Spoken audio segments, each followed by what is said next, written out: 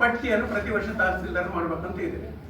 ಅದರ ಪ್ರಕಾರವೂ ಕೂಡ ತಹಸೀಲ್ದಾರ್ ಹೇಳ್ತಾ ಇದ್ದಾರೆ, ಕೇವಲ 212 ಮಂದಿಯ ಆಕ್ರಮಣಕಾರರದ್ದು ಪಟ್ಟಿಯನ್ನು ಮಾಡಿದ್ದಾರೆ.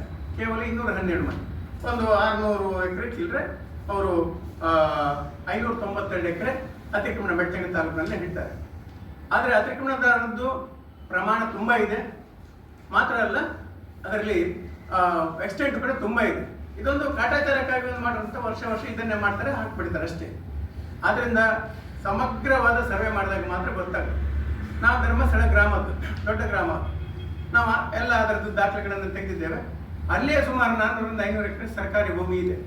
ಅದರಲ್ಲಿಯೂ ಕೂಡ ಅಲ್ಲಿಯ ಭೂಮಾಲಕರು ದೊಡ್ಡವರು, ಕೆಲವು ಅತಿಕ್ರಮಣ ಮಾಡಿರುವಂಥದ್ದು ಇದೆ, ಅಥವಾ ತನ್ನ ಸ್ವಾಧೀನದಲ್ಲಿ ಇದೆ ಅಂತ ಹೇಳ್ಕೊಂಡಿದ್ದಾರೆ, ಅಥವಾ ತನ್ನ ಕುಂಕಿ ಅಂತ ಹೇಳ್ಕೊಂಡು ಅದನ್ನು ಅವ್ರು ಹಾಗೆ ಇಟ್ಕೊಂಡಿರೋದಿದೆ.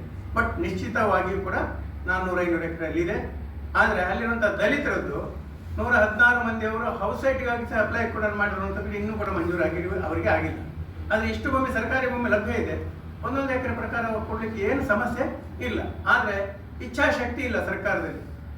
ಆದ್ದರಿಂದ ಇದನ್ನು ನಾವೀಗ ಒತ್ತಡವನ್ನು ಮಾಡ್ತಾ ಇದ್ದೇವೆ. ನಾಡ್ದು 25ರಲ್ಲಿ ಇದೊಂದು ನಮ್ಮ ಪ್ರಮುಖವಾದ ಬೇಡಿಕೆ ಆಗಿರ್ತದೆ. ಇನ್ನು ಇದರಲ್ಲಿ ನಾವು ದಲಿತರ ಶಿಕ್ಷಣ ಮತ್ತು ಭೂ ಹಕ್ಕು ಅಂತ ಇಟ್ಟಿದ್ದೇವೆ. ಶಿಕ್ಷಣ ಅಂತ ಇಡಲಿಕ್ಕೆ ಕಾರಣ ಇದೆ. ಸೊ ಅದನ್ನು ನಮ್ಮ ಸುಖೇಶ್ ಅವರು ವಿವರಿಸ್ತಾರೆ.